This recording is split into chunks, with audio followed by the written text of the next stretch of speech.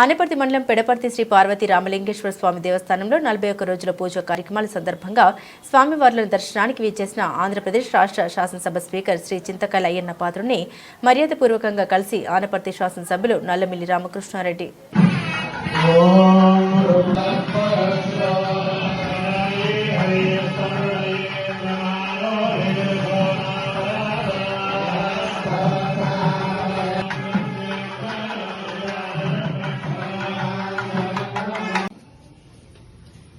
అందరికీ తెలిసిన విషయం కొత్త విషయం కాదు.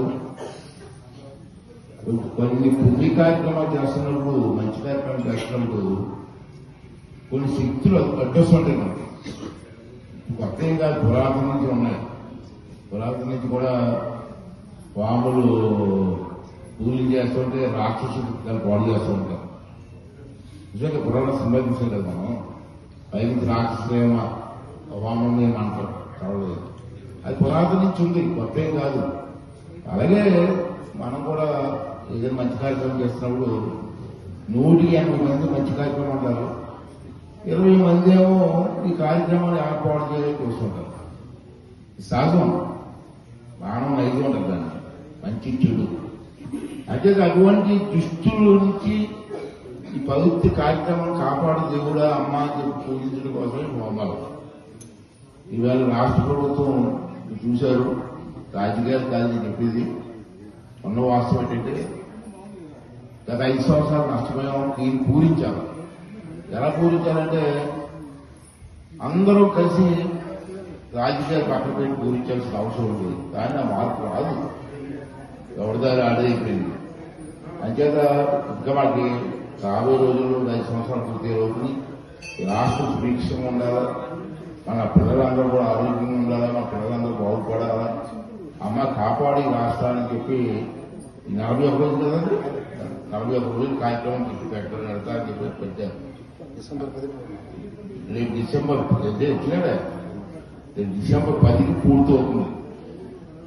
అప్పటి వరకు గురుగారు అక్కడ కార్యక్రమం చేస్తూ ఉన్నారు.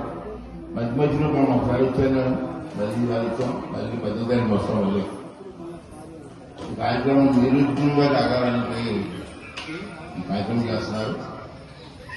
రాష్ట్రం కోసం, రాష్ట్ర ప్రజల కోసం మనం ఉంటూ పోతాం, మన పిల్లల భవిష్యత్తు బాగుండాలని తీసుకుంటే ఈ కార్యక్రమాన్ని ఏర్పాటు చేస్తాం. ఈ కార్యక్రమాన్ని మన ఎమ్మెల్యే గారు కూడా మొదటి నుంచి ఇప్పుడు కాదు, ఈ